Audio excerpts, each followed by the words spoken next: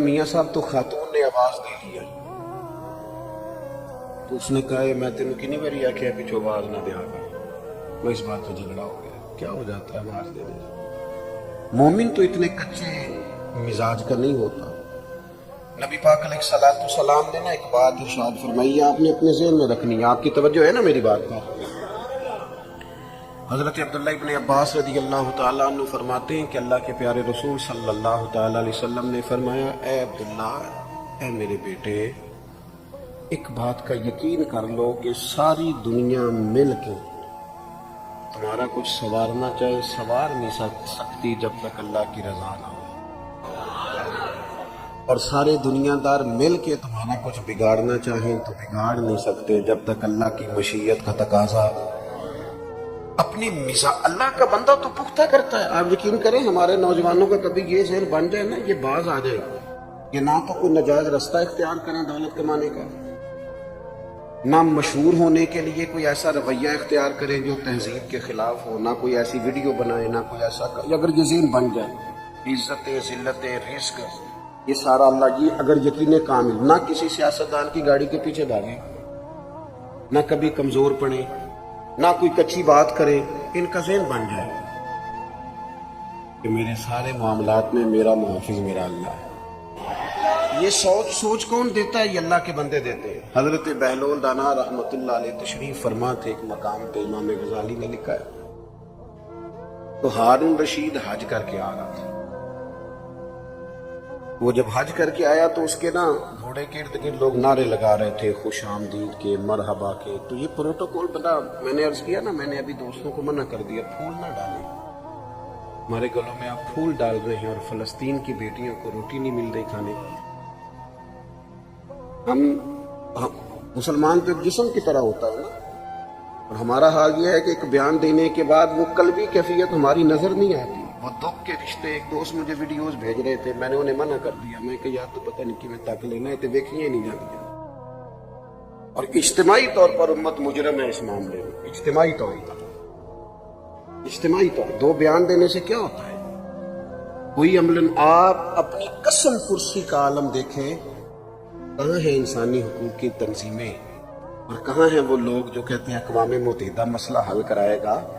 مسئلے ان لوگوں کی حل کرائے جاتے ہیں جن میں کوئی دم خم ہوتا ہے، یہ لوگ مسئلے حل کرائیں گے جو اتنی بھی وہ کہہ رہے ہیں باقی ساری باتیں تو ایک طرف رہی، ہم امداد نہیں پہنچنے دیں گے، دوائیاں نہیں جانے دیں گے۔ اتنی بھی کوئی مظلوم ہوتی ہے قوم، اتنی بھی، اقبال نے کہا تھا ہے جرم ضعیفی کی سزا مرگ مفاجات، کہ تمہارے کمزور ہونے کی تمہیں سزا مل گئی، یہ تمہیں ملے گی، اس لیے کہ جب مطمع نظر روٹی روزی پیسہ ہو جائے نا، مذہبی اسٹیجوں پر بھی جب تقریریں بکے، نعتیں بکے، تلاوتیں بکے، اور جب ہر چیز مطمع نظر صرف پیسہ ہو جائے تو پھر میرے بھائی کیسے طاقت ایمان کی پیدا ہو؟ اللہ کا بندہ ایمان دیتا ہے، طاقت دیتا ہے، اس کے پاس بیٹھنے سے انسان کا ایمان جلا پاتا ہے۔ طاقت دینے کا معنی یہ کہ جلا پاتا ہے، تازہ ہوتا ہے۔ حضرت بہلول دانا بیٹھے تھے، بادشاہ سلامت کے نعرے لگ رہے ہیں اور بڑا استقبال ہو رہا ہے۔ ہارون رشید بھی بڑا راضی تھا، ظاہر ہے نعرے لگے تو پھر نفس کو تو بڑا اچھا لگتا ہے نا بندہ، پھر وہ ایسے ایسے کر کے لوگ ہاتھ ہلاتے ہیں، مزہ ہی بڑا آتا ہے۔ وہ تو لطف لے رہا تھا، اور یہ لطف صرف وزیر نہیں لیتے، پیر بھی لیتے دیکھے ہیں میں نے، ماشاءاللہ چلتا ہے سلسلہ بہت ساری جگہوں پہ۔ وہ ہارون رشید جب یہ مزے لے رہا تھا نا تو حضرت بہلول دانا ایک ٹیلے پہ بیٹھے تھے اور اس کی یہ حالت دیکھ کے ہنس رہے تھے، مسکرا رہے تھے۔ اللہ کا بندہ وزادار بڑا ہوتا ہے۔ ہارون رشید کی اچانک نظر پڑی تو اس نے کہا بابا جی کا ہنسنا بڑا معنی خیز ہے۔ وہ گھوڑے سے نیچے اترا اور اتر کے آن کر کے نا حضرت بہلول دانا کی خدمت میں حاضر ہو گیا اور پوچھنے لگا کہ حضور خیریت ہے، آپ کیوں ہنس رہے ہیں؟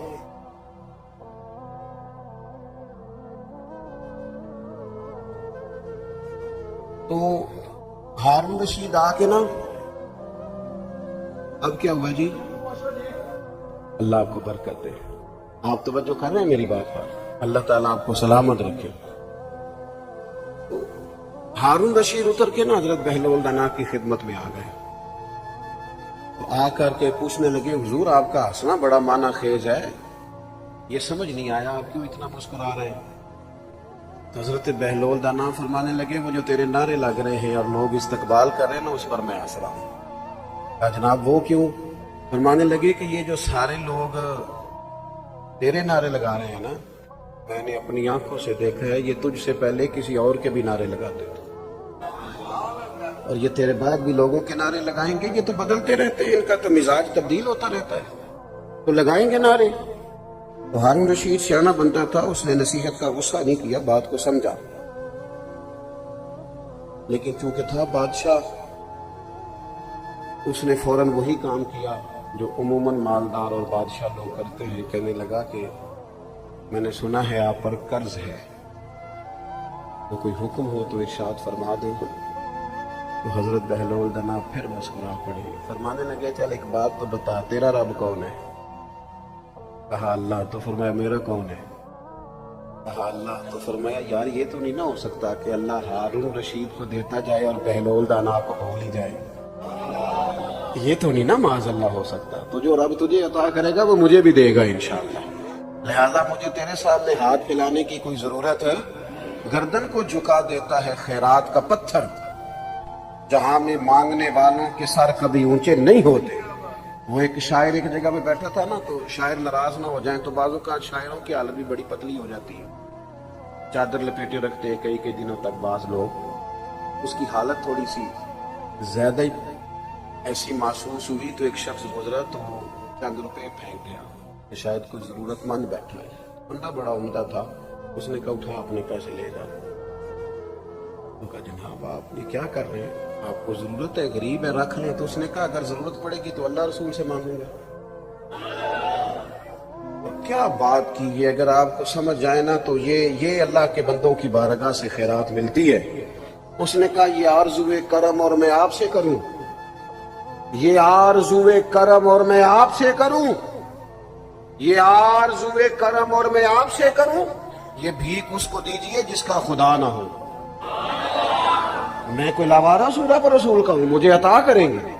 اللہ کے بندے ایمان کی لذت سے آشنا کرتے، ان کے پاس بیٹھنے سے انسان کا ایمان مضبوط ہوتا ہے، اللہ کی ذات پر بھروسہ مضبوط ہوتا ہے، امیدیں رب رسول سے وابستہ ہوتی ہیں۔ اور دوسری اللہ کے بندے کی تعریف قرآن نے یہ بیان کی کہ وَقَانُوا يَتَّقُونَ، وہ پرہیزگار ہوتے ہیں۔ ایک ہوتا ہے نمازی، ایک ہوتا ہے حاجی، ایک ہوتا ہے سخی اور ایک ہوتا ہے پرہیزگار۔ نماز پڑھنے والے کو کہتے ہیں نمازی، حج کرنے والے کو کہتے ہیں حاجی، سخاوت کرنے والے کو اور گناہ سے بچنے والے کو پرہیزگار کہتے ہیں۔ آپ ڈاکٹر کے پاس کبھی جائیں نا، وہ دو کام کرتا ہے، ایک دوائی دیتا ہے اور دوسرا پرہیز بتاتا ہے۔ مشکل کیا ہوتا ہے؟ بس سمجھ لیں آپ، جو پرہیزگار ہو جائے وہ ولی بن جاتا ہے۔ دوائی کھانا اتنا مشکل نہیں ہوتا جتنا یہ جو پرہیزگار ہوتے ہیں نا، کوشش کرتے ہیں۔ ویسے تو معصوم انبیاء اور فرشتے ہیں، لیکن اللہ کے بندے کوشش کرتے ہیں، تقوی اختیار کرتے ہیں، گناہ سے بچتے ہیں۔ تقوی کسے کہتے ہیں؟ حضرت عمر فاروق رضی اللہ تعالیٰ عنہ نے سیدنا ابی بن کعب رضی اللہ تعالیٰ عنہ سے کہا کہ بتائیے یہ جو قرآن و سنت میں بار بار تقوی کا ذکر ہے تو تقوی کیا ہوتا ہے؟ تو حضرت ابی بن کعب کہنے لگے امیر المومنین آپ بہت بہتر جانتے ہیں، پر میرے ذمہ لگایا تو میں بتائے دیتا ہوں۔ فرمانے لگے کہ اگر تنگ رستہ ہو اور دونوں جانب جھاڑیاں ہوں اور انسان نے کھلا لباس پہنا ہو، اگر وہ اس رستے سے گزرنا چاہے گا تو کیسے گزرے گا؟ حضرت عمر فرمانے لگے سادی سی بات ہے، دونوں جانب ذرا جھاڑیوں کا خیال رکھے، کپڑے ذرا سمیٹ لے اور تھوڑا احتیاط سے گزر جائے۔ حضرت ابی بن کعب کہنے لگے بس یہی مجھے بھی سمجھ آئی ہے، دنیا میں دونوں جانب گناہوں کی جھاڑیاں ہیں، جو ذرا اپنے آپ کو سمیٹ کے گزر جائے اسے متقی اور پرہیزگار کہا جاتا ہے۔ اپنی زندگی میں تقوی اختیار کریں، بولنے میں بھی احتیاط کریں، سوچنے میں بھی احتیاط کریں، بلا وجہ کسی کے بارے میں بدگمان نہ ہو، کبھی غلط رائے نہ دیں، اپنی کھانے کے معاملے میں، رزق کے معاملے میں بہت زیادہ محتاط ہو۔ دو آدمی دنیا میں کوئی کارنامہ سر انجام نہیں دے سکتے، ایک جس کی نظر میلی ہو اور ایک جس کا رزق ناپاک ہو۔ یہ بزدل ہو جاتے ہیں، کمزور ہو جاتے ہیں، کوئی کام نہیں کر سکتے۔ جو نظر کا پاک ہو، رزق کا پاک ہو، اللہ کی توفیق سے اللہ اسے بڑے بڑے کام کرا لیتا ہے۔ رزق کے معاملے میں اللہ کے بندے محتاط ہوتے ہیں۔ ہمارے ہاں نا آج کل مسئلہ یہ ہو جاتا ہے کہ زبان کو بعض ذائقے لگ جاتے ہیں، اور ان ذائقوں کی بنیاد پر لوگ پھر تمیز نہیں کرتے بہت ساری چیزوں کی، کیونکہ اخراجات بڑھ جاتے ہیں۔ ہمارے یہاں ایسا نہیں کہ لوگوں کی آمدن کم ہوتی ہے، آمدن تو بہت زیادہ ہوتی ہے، لیکن اس حساب سے خرچے بھی زیادہ ہوتے ہیں۔ تقویٰ والی زندگی یہ ہے کہ تھوڑا محتاط طرز زندگی۔ حضرت امام احمد بن حنبل رحمۃ اللہ علیہ فرمایا کرتے تھے کہ ایک بوڑھی خاتون مسئلہ پوچھنے آئی تھی، میں نے ساری زندگی پڑھایا ہے، اور کبھی مسئلہ بتاتے میرے رونگٹے کھڑے نہیں ہوئے۔ بوڑھی ضعیف عورت مسئلہ پوچھنے آئی، پردے کے پیچھے اسے بٹھایا گیا، اس نے کہا حضور ایک شرعی مسئلہ دریافت کرنا ہے۔ تو میں نے کہا بہن پوچھئے۔ تو وہ کہنے لگی اگر میں چونکہ بیوہ ہوں اور بے اولاد بھی ہوں تو میں ہاتھ نہیں پھیلانا چاہتی۔ مومن کی شان کے خلاف ہے دنیا دار سے مانگنا، وہ جب مانگتا ہے رب رسول سے مانگتا، وہ لوگوں کی جیبوں پہ نظر نہیں رکھتا، اس کا مزاج نہیں ہوتا۔ وہ کہنے لگی میں محنت کر کے کما کے کھاتی ہوں، تو میں چرخہ چلاتی ہوں، اس سے میں سود بناتی ہوں۔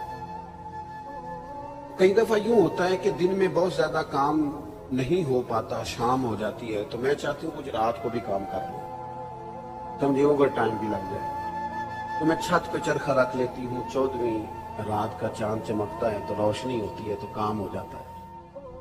کہنے لگی حضور دریافت طلب امر یہ تھا، مسئلہ یہ پوچھنا تھا کہ اب کچھ دنوں سے یہ ہو رہا ہے کہ بادشاہ کا لشکر گزرتا ہے، بڑی بڑی لالٹینیں ہوتی ہیں، ان کی روشنی بھی میرے چرخے پہ پڑتی ہے، پوچھنا تھا اس روشنی میں جو میں سوت بناؤں گی وہ کمائی میرے لیے جائز ہے کہ نہ جائز؟ امام احمد بن حنبل کہتے ہیں اس نے مسئلہ پوچھا تھا، میرے آنسو نکل گئے، تڑپ گئی۔ میں نے کہا اماں آپ کون ہیں، کہاں سے آئی، تعارف کیا ہے؟ کہنے لگی آپ مسئلہ بتائیے۔ میں نے کہا نہیں بتائیں تو صحیح۔ کہنے لگی ایک دیوانہ سا درویش ہے، حضرت بشر رافی انہیں کہا جاتا ہے، بغداد کی گلیوں میں ننگے پیر چلتے، میں اس درویش کی ہمشیرہ ہوں۔ تو امام صاحب فرمانے لگے کوئی اور ہوتا تو میں شاید مسئلہ اور بتاتا، لیکن آپ کے گھر سے تو لوگ دین سیکھتے ہیں نا، آپ کی احتیاط اسی میں ہے کہ آپ 14ویں رات کے چاند کی روشنی میں چرخہ کاتا کریں۔ یہ اللہ کے بندے متقی ہوتے ہیں، پرہیزگار ہوتے ہیں، ان کے پاس بیٹھنے سے انسان کا دل اللہ کی جانب، اور صحیح حدیث میں موجود ہے بخاری مسلم میں، نبی پاک علیہ السلام نے فرمایا اللہ کا ولی وہ ہے جسے دیکھنے سے رب یاد آئے۔ ایسا نہ ہو کہ اس کی گاڑی دیکھ کے بندہ پریشان ہو جائے اور گھر دیکھ کے کہے وہ کہاں سے آیا ہے، وہ اسے ملنے سے، اس کی صحبت میں بیٹھنے سے اللہ یاد آئے۔ میں نے 2 باتیں آپ کے سامنے رکھی، ایک تو ایمان کی پختگی اور یہ اللہ کی علامت، دوسرا تقوی کا نور۔ بس کسی جگہ بھی جائیں ان 2 چیزوں کو معیار بنائیں، یہی معیار ہے اللہ کے لیے۔ باقی یہ کہ کوئی آدمی کسی بات کو حیرت انگیز انداز میں کرتا ہے، کھینچتا ہے اور بلا وجہ کچھ چیزوں کی تشریحات غلط کرتا ہے تو وہ درست نہیں ہے۔ دین بڑا سادہ سا ہے، حضور نے کھول کر بیان فرمایا، اس میں کسی ابہام کی کوئی ضرورت نہیں ہے۔ اور میری آخری گزارش آپ سے یہ ہے، فلسطین والوں کے لیے بہت درد دل سے دعا کریں، تبصرہ کر کے چپ نہ کر جایا کریں، بڑا کچھ ہو رہا ہے کہ یہ کہہ کے خاموش نہ ہو جائے۔ حضور نے فرمایا مومن ایک جسم کی طرح ہوتے ہیں، امت کا درد محسوس کرے۔ ہم نہ بری طرح ذاتیات کے جنگل میں پھنس گئے۔ اللہ تعالیٰ امت مسلمہ کے حکمرانوں کو ہدایت کا نور عطا فرمائے اور انہیں سمجھ عطا فرمائے اور شعور کی بلندی عطا فرمائے۔ کفر کو دیکھیں کیسے اکٹھا ہوتا ہے، کیسے بیان دیتا ہے، اور مسلمان احساس کمزوری کا شکار رہتے ہیں، حالانکہ رب کہتا ہے تم کھڑے تو ہو جاؤ، رب تمہاری مدد کرے گا۔ ان الذین قالوا ربنا اللہ ثم استقاموا تتنزل علیہم الملائکہ، جو رب کا نام لے کے ڈٹ جائے اس کی مدد کے لیے تو اللہ فرشتوں کا نزول فرما دیتا ہے، لیکن پہلے ڈٹنا ہے پھر فرشتے آئیں گے۔ قرآن کی ترتیب یہ ہے کہ پہلے ثم استقاموا تتنزل علیہم الملائکہ، پہلے تو ڈٹ پھر اللہ مدد بھیجے گا۔ اللہ کی بارگاہ میں دعا کرتا ہوں اللہ تعالیٰ صاحب عرس کے درجات میں بلندی فرمائے، ہم سب کا یہاں جمع ہونا قبول فرمائے۔ آپ کی محفل ابھی جاری ہے، ہم کوئی شخصیات کے قائل نہیں ہیں کہ ایک بندہ آیا ہے اور ایک چند لوگ تو آتے جاتے رہتے ہیں۔ یہ محفل تو اللہ رسول کے نام کی ہے، اس لیے آپ کو اطمینان سے بیٹھنا چاہیے اور میرے سے ملاقات کے ہاتھ ملا کے آپ محبت سے ملے مسلمان جان کے تو ثواب تو ہوگا، لیکن اگر آپ سمجھے کہ کوئی بڑا آدمی ہے تو میں آپ سب سے گنہگار آدمی، کوئی فائدہ نہیں آپ کو۔ اگر کوئی بات آپ مان لیں گے میری تو اس میں فائدہ ہے۔ اس لیے محفل کا حسن نہیں خراب ہونا چاہیے، نہ کسی کے آنے سے اور نہ کسی کے، آپ کو محبت سے اطمینان سے اور ادب جو ہے محفل کا اس کے پیش نظر تشریف رکھنی چاہیے۔ اللہ تعالیٰ توفیق عطا کرے۔ وما علینا الا البلاغ۔